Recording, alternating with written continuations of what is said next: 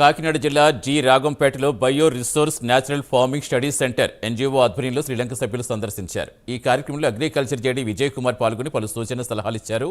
Natural farming చేయడంతో ఖర్చు తగ్గుతుందని, ఆరోగ్యానికి చాలా ఉపయోగపడుతుందని చెప్పారు.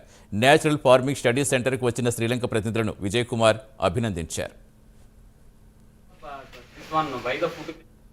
తరపున రైతులు మన ఆంధ్రాలో అలానే ఈ ఈస్ట్ గోదావరిలో ఈ న్యాచురల్ ఫార్మింగ్ అనేటువంటిది ఎలా జరుగుతుంది అనేటువంటి విషయాన్ని స్టడీ చేయడానికి వాళ్ళు ఇక్కడికి రావటం జరిగింది. వాళ్ళు రావటం చాలా సంతోషము.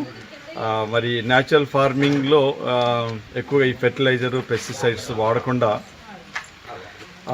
ఈ మనకి ప్రకృతి సిద్ధంగా లభించేటువంటి ఇక పశువుల ఎరువు కానీ, లేకపోతే ఇక పశువుల యూరిన్ కానీ, అలాగే ఒకవేళ కషాయాలు తయారు చేయాలి అంటే నిమ్మకాయతోటి, అలాగనే ఎగ్, తర్వాత ఫిష్, తర్వాత దశపత్ర కషాయాలు అంటే రకరకాలైనటువంటి ఆకులతోటి, ఇవి మనం న్యాచురల్గా దొరికేటువంటి వనరులతోటి మనము ఇవి తయారు చేసుకోవటం అనేది చాలా ఇంపార్టెంట్. ప్రస్తుతం ఎరువుల రేట్లు కూడా చాలా ఎక్కువగా పెరిగినాయి.